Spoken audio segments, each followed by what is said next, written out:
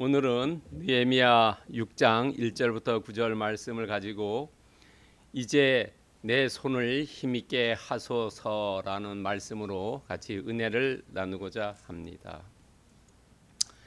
여러분, 우리는 학교를 졸업하면은 직장에 들어갑니다. 그런데 직장에 들어간 이후 가장 큰 관심은 뭐냐면 직장인들은 누구나 승진에 대해서 관심이 많습니다. 왜냐하면 때때로 승진 기간이 왔을 때 승진하는 사람과 승진 못하는 사람 사이에 희비가 엇갈립니다.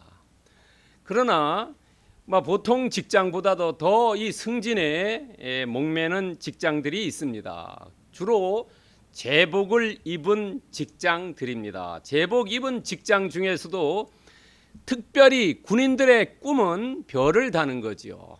사관학교를 졸업한다든가 아니면은 육군으로만 하면 제3사관학교죠. 경북 영천에 있고요. 또 ROTC를 마치고 장군이 되는 것을 꿈꿉니다. 그래서 이 별을 4개 다는 게 육사 나온 사람들의 모든 사람의 소망이지요. 그런데 이 장성으로 퇴임을 한 이후 이 사람이 어떤 장군이었냐라고 평을 합니다. 그 평을 몇 가지로 합니다. 첫 번째는 이 사람이 용장이었냐 하는 겁니다. 용장이라는 것은 용기를 가지고 적진에 싸마는 겁니다. 삼국지에 나오는 관우 같은 사람이겠지요. 그러나 이 용장보다가 더 훌륭한 장군을 뭐냐면 지장이라고 합니다. 용기만 가지고 전쟁에서 이길 수가 없다는 거죠. 지략이 있어야 된다는 거죠. 전술 전략을 잘 짜는 사람을 지장이라고 합니다.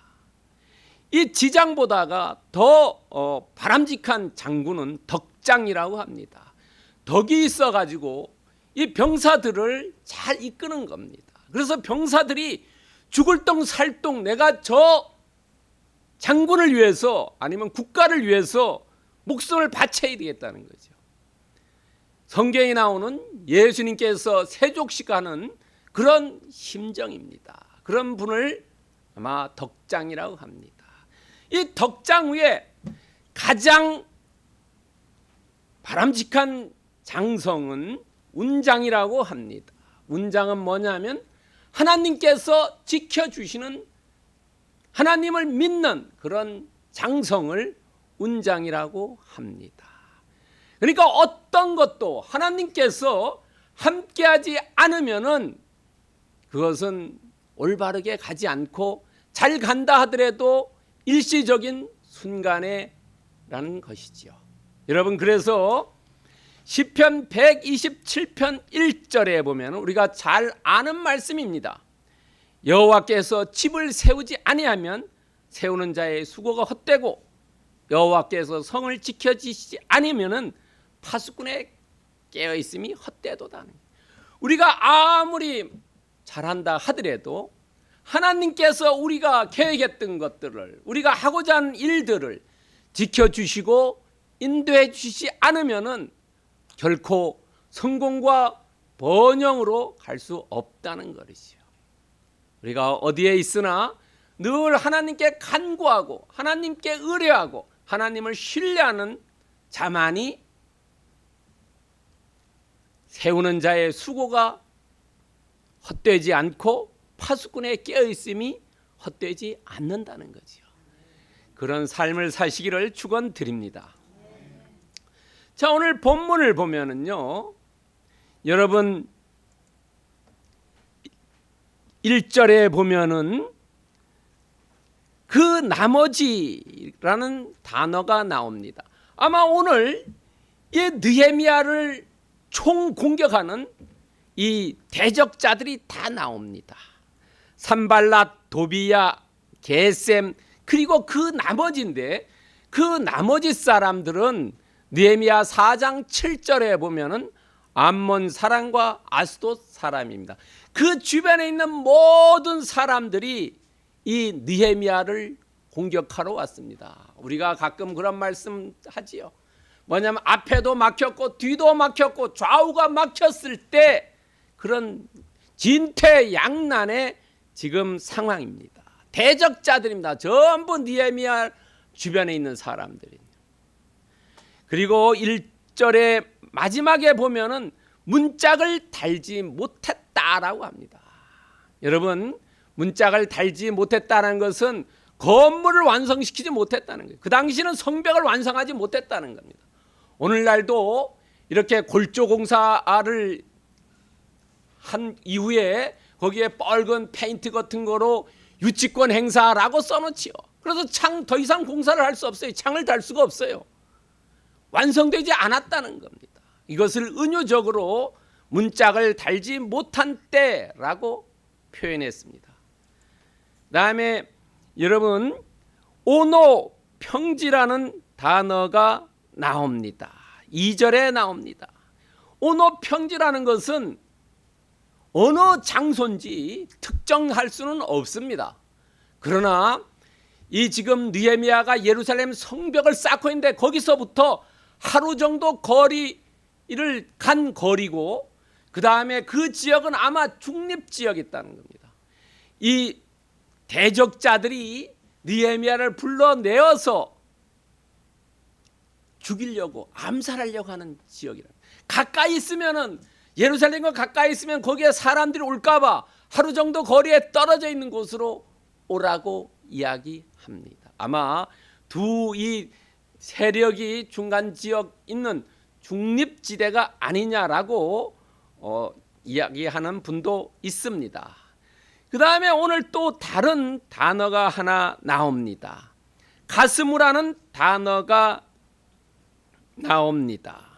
여러분, 6절에 보면 가스무라는 단어가 나옵니다. 이 가스무는 1절에 나오는 아라비아 사람 게셈을 가슴으로 이야기한 겁니다. 이 사람이 새로운 사람이 아니고 이 게셈을 아라비아 원주민 말로 가스무라고 이야기합니다. 아마 게셈은 히브리어겠죠. 그래서 이 똑같은 사람입니다. 그리고 손이라는 단어가 9절에 2번이나 나옵니다. 이 손은 히브리어로는 야드입니다. 헬라어는 케이르입니다. 이것은 문자 그대로 손을 이야기하기도 하지만 때로는 비유적으로 힘이나 도구, 수단 이런 의미도 사용되고 있습니다.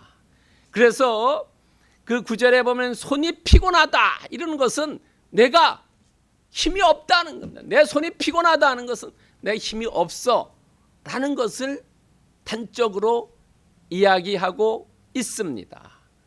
오늘 9절에 보면은 느헤미야가 하나님께 기도합니다. 이제 내 손을 힘있게 하소서. 내 손이라는 것은 나에게 힘을 주시옵소서. 내가 이 대적자들을 물리칠 수 있게 나에게 힘을 달라고 이야기합니다. 그래서 우리는 오늘 본문을 세 개의 대지로 나누어서 한번 묵상해 보겠습니다. 첫 번째는 시의 간계, 두 번째는 선전선동, 세 번째는 일편단심이라는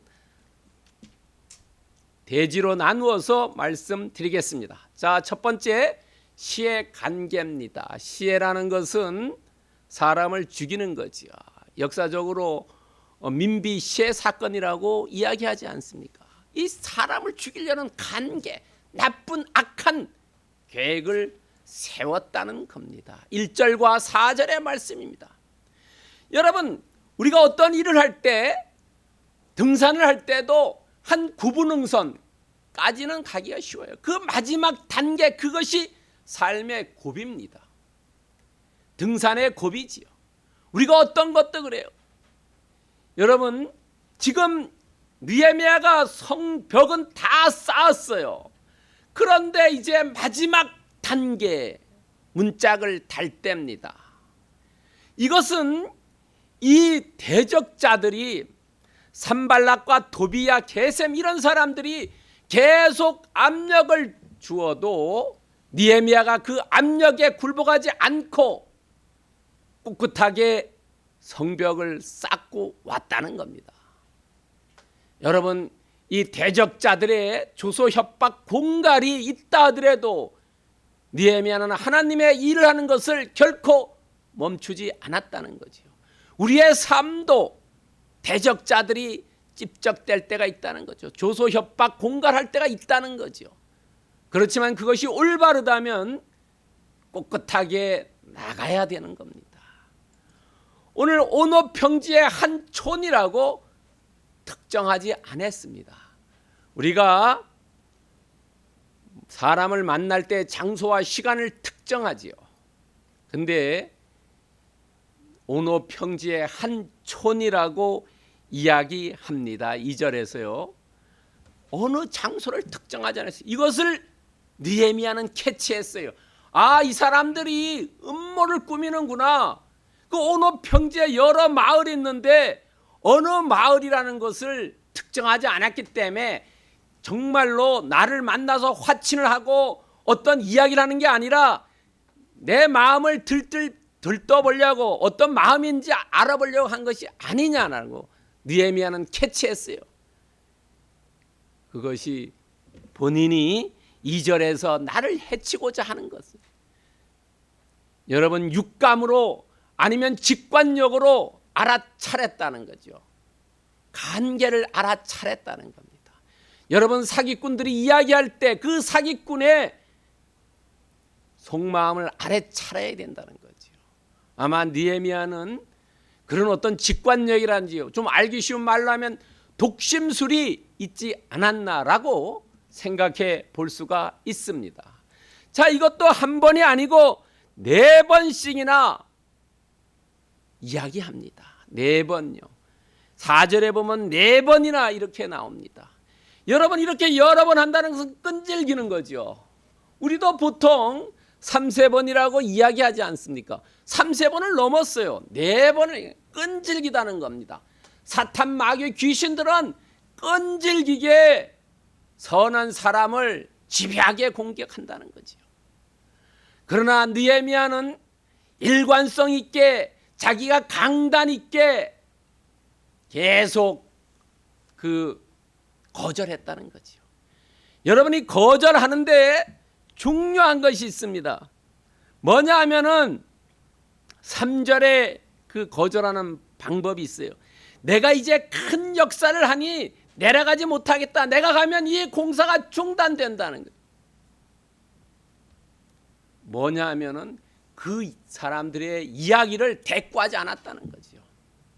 대꾸하면은 감정 상할까 봐 대꾸하지 않고 이 성벽 쌓는 이 공적인 것이 사적인 것보다 우선한다라고 느헤미야는 4번이나 대답했다는 겁니다. 여러분 느헤미야가 지혜로운 사람이에요. 감정 상하지 않고 거절하는 겁니다. 이 느헤미야 같은 이런 지혜가 있어야 된다는 거죠. 우리 삶에서도 악한 관계를 가진 대적자들이 얼마나 많습니까? 이것을 파악할 수 있는 능력이 있어야 된다는 거죠. 그래야지 사기 당하지 않는다는 겁니다. 알기 쉽게 얘기하면. 여러분 이 사람이 어떤 관계를 가지고 나를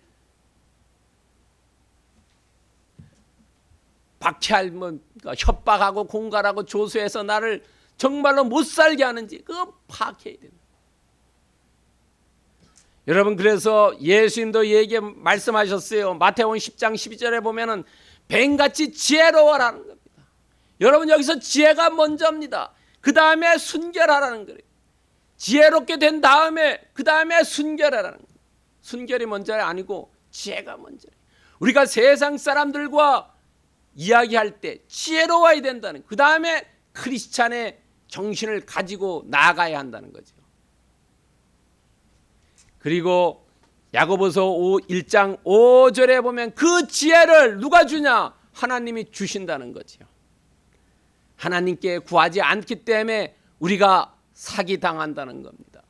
하나님께서 지혜를 주시니까 우리는 느헤미야처럼 나쁜 악한 계획을 관계를 파악할 수 있는 지혜를 하나님께 구해서 악한 관계의 덫에 올무에 빠지지 말아야 된다는 겁니다.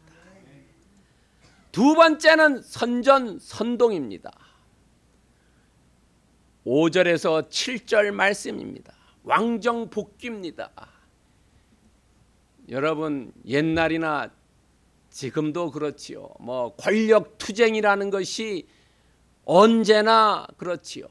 권력투쟁에서 옛날에 어떻습니까? 왕위를 찬탈한다고 했을 때는 그건 바로 날아가는 거지요. 능지처참이고 삼족이 멸하는 거 아닙니까? 산발랏이라는 사람이 오늘 5절에 나옵니다. 아께 산발랏, 도비야, 아라비아 사람, 게셈 그 외의 사람인데 이것을 중심하는 사람이 누구냐면 5절에 나온 산발랏입니다. 여러분 다른 사람은 5절에서 얘기하지 않았어요. 산발랏만 이 단어가 나옵니다. 산발랏이 주동자입니다.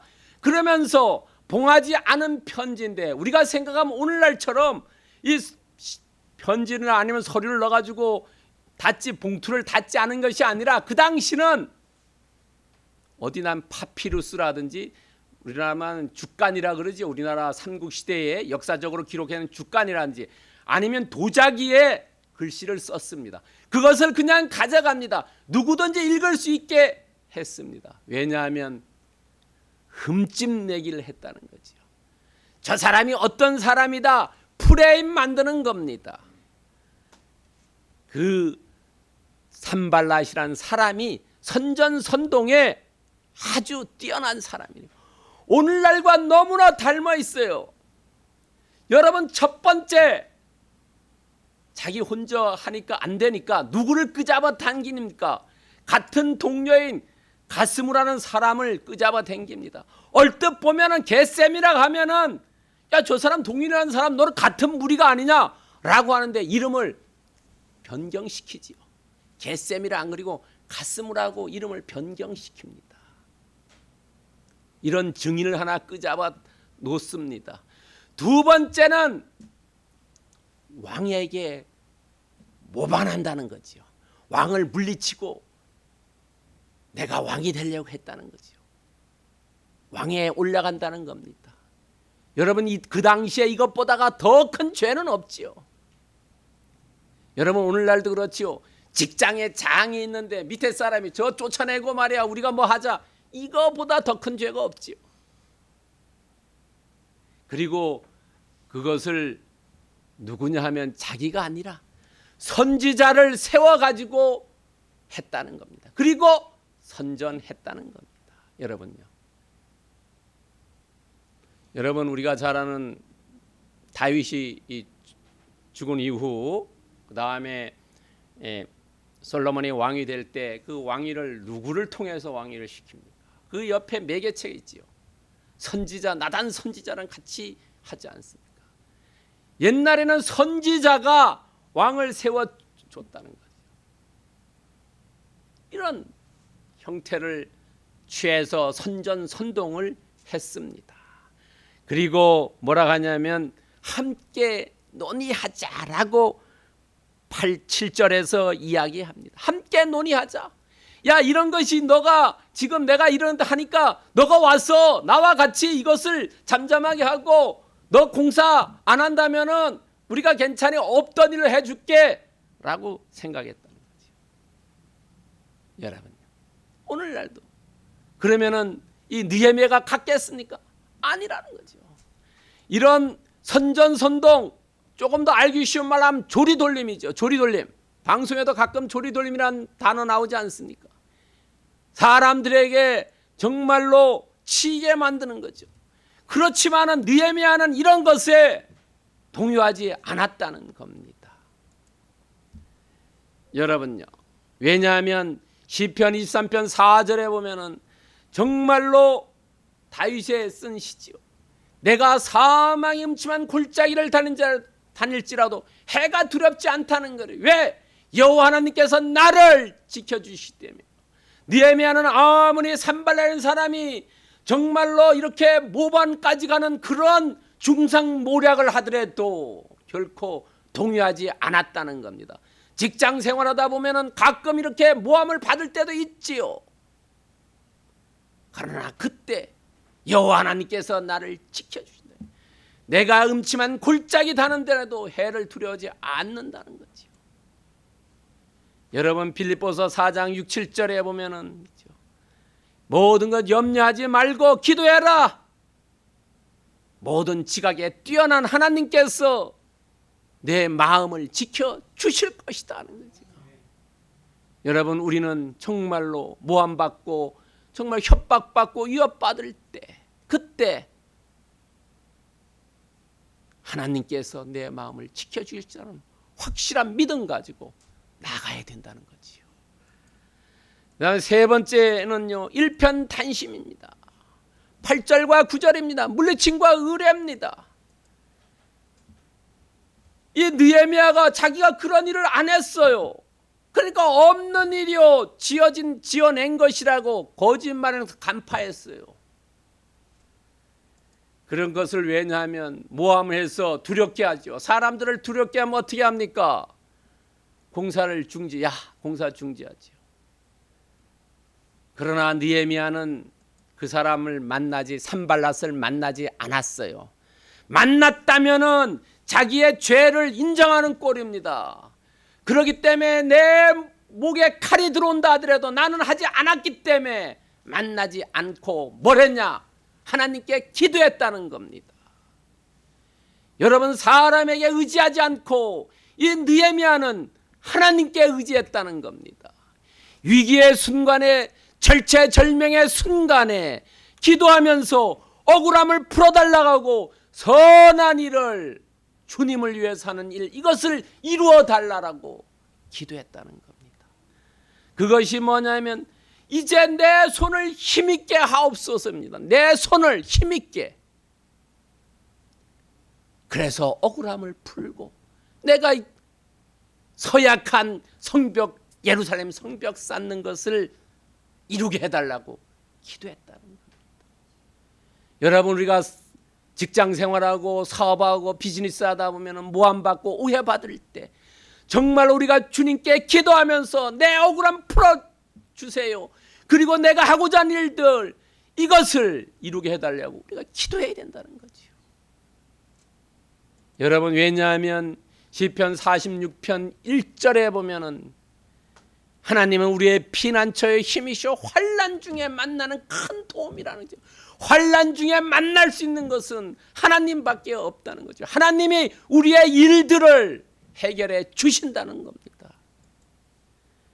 여러분 역대하 20장 20절 하반절에 보면 너희는 너희의 하나님을 여호와로 신뢰하라 그리하면 견고히 서리라는 겁니다. 정말 우리가 어렵고 힘들 때 내가 반석 같은 믿음을 갖는 것은 여호와 하나님을 신뢰하는 거고 그러면은 우리가 믿음에 굳건하게 서서 어떤 유혹과 모함과 협박이 오더라도 두려워하지 않는다는 겁니다. 여러분 정말 우리가 대적자들을 물리치고 하나님께 의뢰하게 하면은 우리는 승리와 번영과 영광의 길로 갈 수 있다는 겁니다. 그렇다면 오늘 본문의 메시지는 뭐냐는 겁니다. 사탄 마귀 귀신들은 물불을 안 가리고 우리 선한 크리스찬들을 공격해 온다는 겁니다. 그럴 때 우리는 느헤미야처럼 영적인 통찰력을 가져야 한다는 겁니다. 영적 통찰력. 이 땅의 싸움은 영적인 싸움이라는 거죠. 영적인 통찰력을 가져야 한다는 겁니다. 여러분 디모데후서 2장 7절에 보면은 내가 말하는 것을 생각해 보라. 주께서 범사에 내게 총명을 주시리라.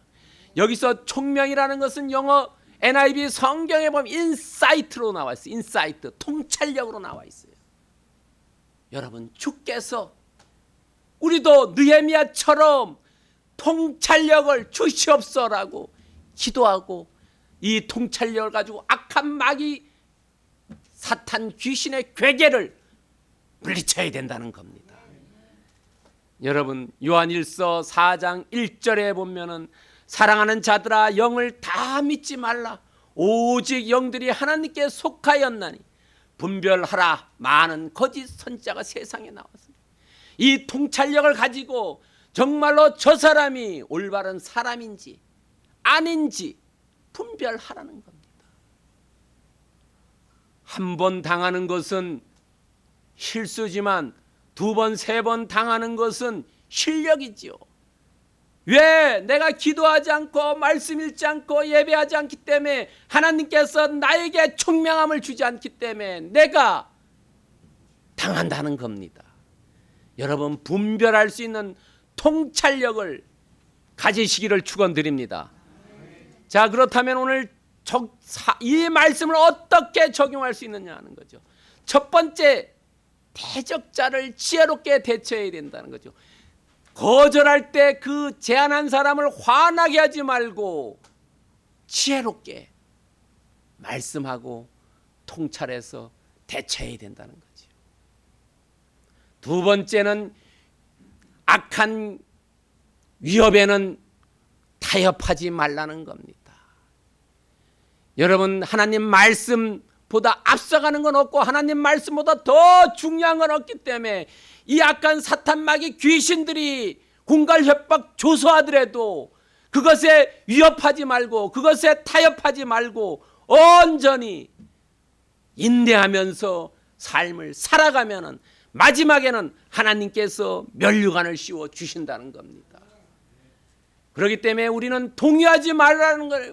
하나님께 간구해라. 하나님께서 지혜를 주시고 하나님께서 문제를 풀어주시고 구분기를 펴주시니까 우리가 의지하고 신뢰할 분은 오직 여호와 하나님께 간구하는 것이라는 겁니다. 여러분, 고린도 후서 11장 14절에 보면은 이것이 이상한 일이 아니라 사단도 자기를 광명한 천사로 가정한다 그랬어요. 세상 사람들도 이 사기꾼들에 더 잘 가장한다는 거예요. 악한 사탄 마귀 귀신들이 더 잘 가장을 잘하기 때문에 우리는 어떻게 하면 깨어 있어야 된다는 거지요. 근신하고 깨어 있으라라고. 왜냐하면 우는 사자처럼 이 크리스찬들을 어떻게 하면 저 사람 올무로 묶을 거라고 쫓아다닌다는 거지요. 그렇기 때문에 우리는 깨어서 기도하면서 에베소서 6장 11절에 주는 마귀의 관계를 대적할 수 있는 하나님의 전신 갑주를 입자는 거예요. 이것이 바로 느헤미야가 통찰력을 가지고 하나님께 기도한 이제 내 손을 힘이 있게 하옵소서라는 겁니다. 여러분, 전신갑주가 여러 가지가 있지만 제일 먼저 우리가 할 것은 기도하는 거죠. 느헤미야처럼 이제 내 손을 힘있게 하옵소서라고요. 그런 삶을 사시기를 그리스도의 이름으로 축원드립니다.